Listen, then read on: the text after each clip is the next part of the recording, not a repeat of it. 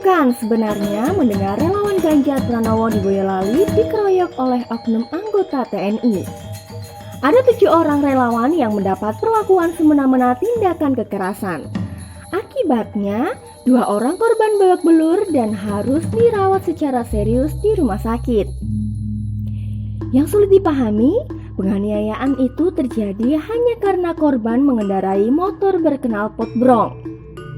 Mereka baru saja menghadiri acara relawan, kemudian di jalan persisnya di depan markas Kompi dicegat gerombolan TNI dan langsung memukulinya. Pemilu selamanya adalah hajat rakyat, bukan hajat kekuasaan. Satu momen untuk menyambut pemimpin yang kita harapkan 5 tahun sekali. Rakyat bersuka cita, bersorak gembira dengan berbagai caranya sendiri. Apalagi ini juga sudah memasuki musim kampanye. Ada yang konvoy, ada yang mewarnai rambut, ada yang pasang sound system besar-besar di mobil bak, dan lain-lain. Namun tiba-tiba luapan kegembiraan itu dicekal hingga berbuah duka lara.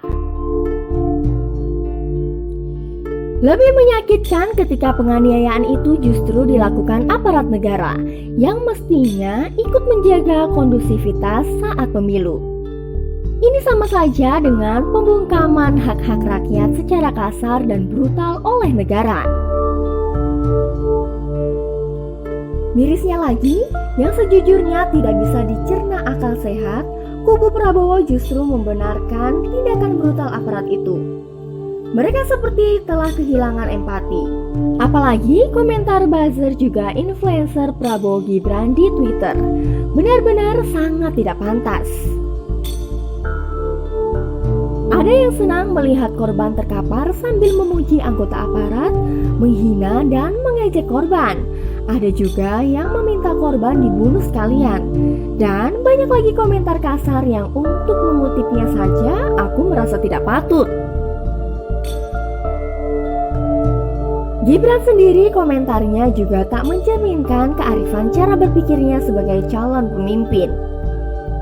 Ia terkesan menyalahkan korban yang memakai knalpot brong dan meminta pendukungnya kampanye riang gembira, tidak pakai knalpot brong.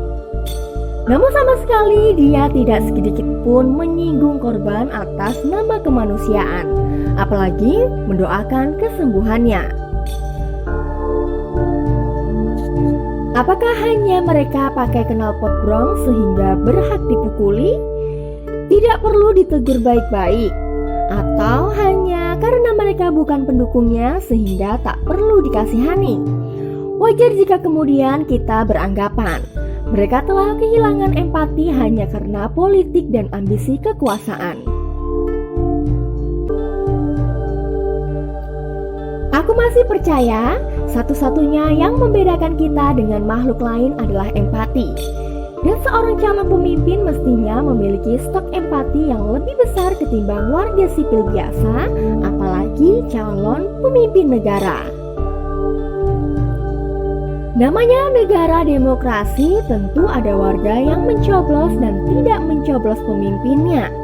Namun ketika empati itu hilang dari calon pemimpin, sudah pasti dia hanya akan senantiasa mementingkan kelompoknya sendiri.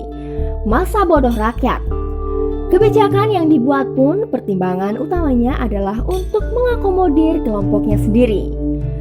Para pendukungnya yang banyak menghujat korban di Twitter itulah yang nantinya mendapatkan prioritas. Padahal seorang pemimpin mestinya bisa mengayomi seluruh rakyat. Sudah adil sejak dalam pikiran. Namun melihat respon kubu Prabowo Gibran terhadap kasus penganiayaan itu, rasanya sangat sulit rakyat mendapat rasa keadilan jika mereka berkuasa. Salam Sobar Dialog.